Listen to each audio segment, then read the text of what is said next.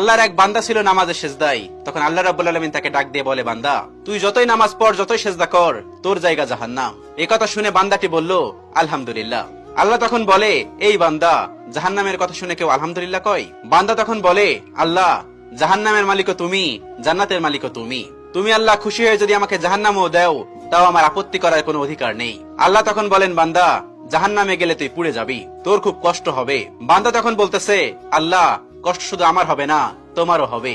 আল্লাহ তখন বলতেছে, বান্দা, তুই পুড়বি জাহান্নামের আগুনে, আমার কষ্ট হবে কেন?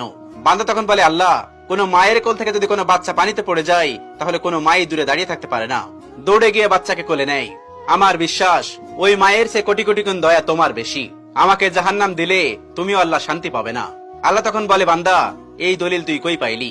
বান্দা তখন বলে, আল্লাহ, আমাদের জাতির পিতা ইব্রাহিম আলাইহিসসালাম তোমার প্রেম মুখে নিয়ে যখন নমরুদের আগুনে পড়ে গেল, তার আগেই তুমি বলে দিলে, আমার দিকে তাকিয়ে দেখো, আমার কলিজা ভরে শুধু তুমিই আসো, আর অন্য কারোর জায়গা নেই।